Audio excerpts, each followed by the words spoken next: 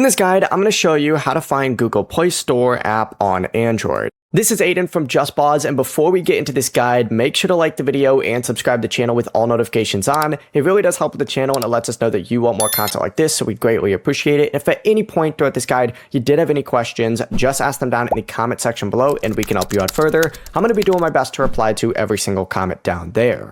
First things first, what you need to do is swipe up from your home screen to open up the app drawer, and then just go ahead and tap the search bar down at the very bottom and just type in Play Store that. Once you go and do that, you can hit search and you should see it pop up in here. Once it does appear, press and hold on the app and it's going to pop up with a bunch of different options.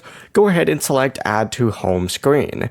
If the Play Store still does not appear, you just need to go ahead and close out of this and then swipe back down in order to get back on your home screen. And you want to press and hold on any open area on your home screen, and it's going to take you to a page that looks something like this. This is going to be the hide apps on home and app screens, and if Google Play Store selected, you're going to want to go ahead and make sure that is not selected so it makes the app visible again. You can also check to see if the app has been disabled as well, so swipe down from the top of your screen.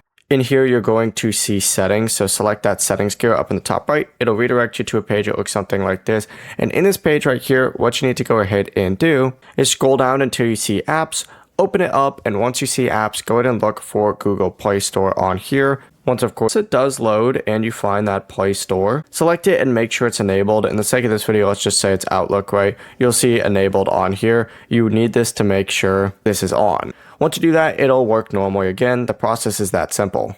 Before you do leave, make sure to like the video and subscribe to the channel with all notifications on. It really does help with the channel and it lets us know that you want more content like this. We'd greatly appreciate it. And if at any point throughout this guide you did have any questions, just ask them down in the comment section below and we can help you out further. I'm going to be doing my best to reply to every single comment down there. Peace.